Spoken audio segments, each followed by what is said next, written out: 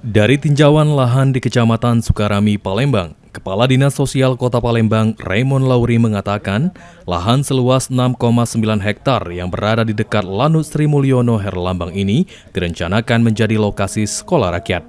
Direncanakan pembangunan akan dilakukan pada bulan Agustus 2026.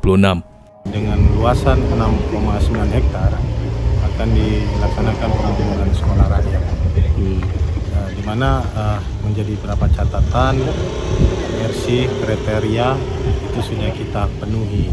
Koordinator Perencanaan Pembangunan Sekolah Rakyat di Kota Palembang, Meiki Susanto mengatakan, dalam 2 bulan pembangunan sekolah rakyat di Palembang ditargetkan memasuki tahap lelang.